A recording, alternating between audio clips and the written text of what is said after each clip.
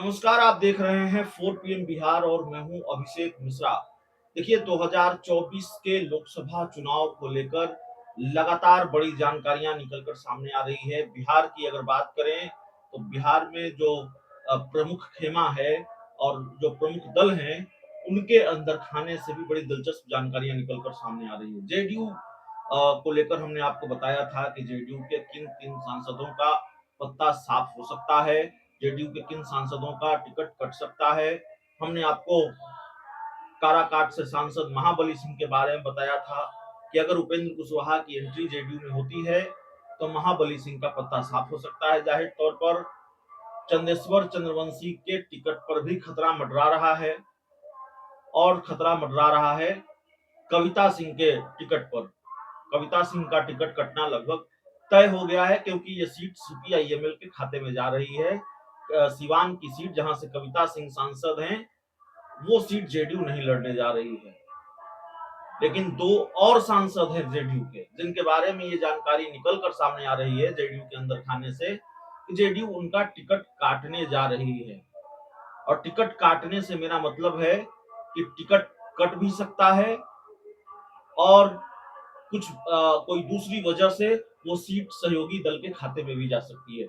जो जानकारी निकलकर सामने आ रही है वो जानकारी मधेपुरा लोकसभा क्षेत्र और कटिहार लोकसभा क्षेत्र को लेकर निकलकर सामने आ रही है। मधेपुरा से दिनेश चंद्र यादव सांसद हैं जेडीयू के, उनका पत्ता साफ होना तय माना जा रहा है। माना जा रहा है कि उनके टिकट पर खतरा है क्योंकि मधेपुरा लोकसभा सीट जा सकती है आरजेडी के खाते में और यह सीट आरजेडी की पारंपरिक सीट रही है। आरजेडी इस सीट पर चुनाव लड़ती रही है और 2019 के लोकसभा चुनाव में राजद और जेडीयू अलग-अलग थे। जेडीयू बीजेपी के साथ थी, तो जेडीयू ने चुनाव लड़ा था मधेपुरा लोकसभा सीट पर और दिनेश चंद्र यादव वहां से जीतकर सांसद बने थे। लेकिन खबर यह है कि दिनेश चंद्र यादव को भी ये पता है कि इस बार उन्हें टिकट नहीं मिलने जा रहा है और इसीलिए उनके और अमित शाह के बीच मुलाकात की खबरें भी सामने आई थी कि उन्होंने अमित शाह से मुलाकात की है और वो पाला बदल सकते हैं। अब सवाल यह है कि दिनेश चंद्र यादव का टिकट क्यों कटेगा? तो दिनेश चंद्र यादव का टिकट इसलिए कटेगा क्योंकि हमने आपको बताया है कि ये सीट आरजेडी की पारंपरिक सीट है और यहां से आरजेडी इस बार शरद यादव के बेटे शांतनु यादव को उम्मीदवार बनाने जा रही है। शरद यादव यहां से चुनाव लड़ते रहे हैं, आपको पता होगा। और शरद यादव के बेटे शांतनु यादव 2024 का लोकसभा चुनाव आरजेडी के टिकट पर लड़ेंगे मधेपुरा लोकसभा सीट से। हालांकि निखिल मंडल के नाम की भी चर्चा है, जो जेडीयू के प्रवक्ता रहे हैं, जेडीयू के नेता हैं और मधेपुरा से आते हैं और खुलकर वो इस बात को स्वीकार भी करते हैं सोशल मीडिया पर। उन्हें कोई गुरेज नहीं है, छिपाते नहीं है।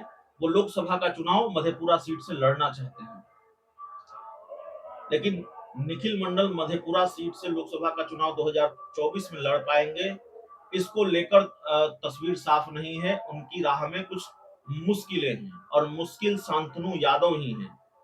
आरजेडी हर हाल में शांतनु यादव को चुनाव लड़ाना चाहती है मधेपुरा सीट से और बहुत हद तक संभव है, तकरीबन ये तय है कि शांतनु यादव ही मधेपुरा सीट से लोकसभा चुनाव में उम्मीदवार होंगे इंडिया गठबंधन के, महागठबंधन के, और मधेपुरा लोकसभा सीट आरजेडी के खाते में ही जाएगी।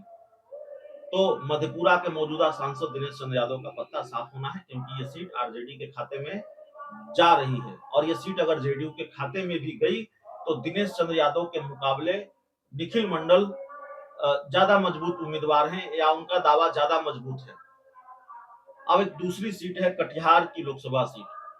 कटिहार से सांसद है दुलाल चंद गोस्वामी, जेडीयू के सांसद हैं और उनका पत्ता साफ होना भी तय माना जा रहा है और ये सीट कांग्रेस के खाते में जा सकती है। तस्वीर बहुत धुंधली नहीं है, तकरीबन तस्वीर साफ है। कांग्रेस के खाते में कटिहार की लोकसभा सीट जा सकती है और कांग्रेस तारिक अनवर को यहां से मैदान में उतार सकती है। तारिक अनवर के लिए कांग्रेस को कटिहार की लोकसभा सीट चाहिए। तो दावा तारिक अनवर का मजबूत है कटिहार सीट से, दावा कांग्रेस का मजबूत है और कांग्रेस जेडीयू की सिटिंग सीट पर चुनाव लड़ेगी। जेडीयू को यह सीट छोड़नी होगी, कटिहार की लोकसभा सीट, ऐसी जानकारी निकलकर सामने आ रही है। तो जाहिर है जेडीयू के जो सांसद है उनका टिकट भी कटेगा। तो तकरीबन ये संख्या आधे दर्जन सांसदों की हो गई है जिनका टिकट कट सकता है, या जिनको टिकट नहीं मिलने जा रहा अलग अलग वजहों से, या तो उनको लेकर नाराजगी है, या तो फिर ये सीट सहयोगी दल के खाते में जा रही है, या फिर उनकी जगह कोई दूसरा मजबूत उम्मीदवार जेडीयू के पास है। तो अलग अलग वजहों से जेडीयू के इन सांसदों का टिकट कट सकता है। 3 के बाद ये लिस्ट अब 5 की हो गई है।